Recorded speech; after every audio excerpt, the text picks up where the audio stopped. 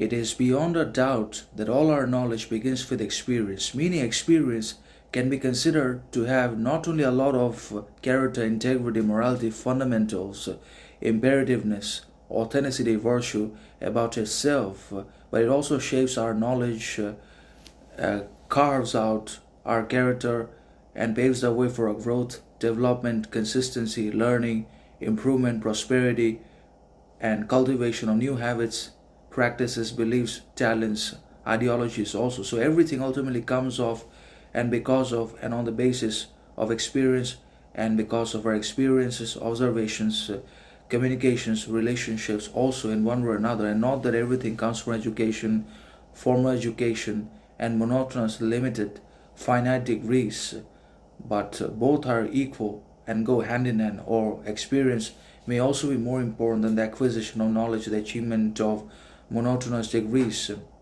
because we can be in possession of a lot of either good or bad, necessary or unnecessary knowledge that ultimately does not pave the way for us.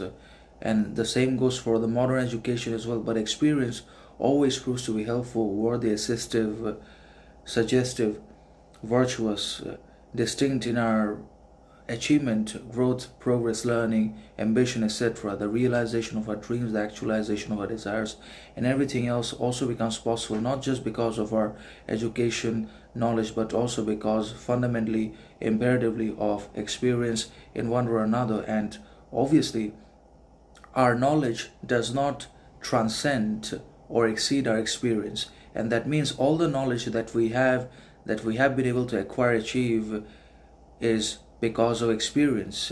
That all that has come from our experiences in one way or another.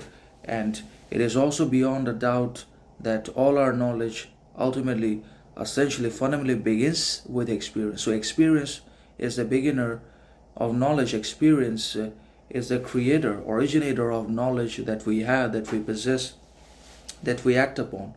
Knowledge essentially begins with experience, neither with education nor with mental training, but with experience and experience only. So in that sense, experience becomes paramount, influential, powerful, significant over all our lives, actions, activities, ambitions, successes, prosperities, achievements, etc. in one way or another. That we may or may not acknowledge this, but that is inevitably the truth, and there is nothing we can do to reverse or flip the truth, but experience everything that there is already. So experience is the ultimate originator of knowledge. Knowledge begins and originates in experience, with experience.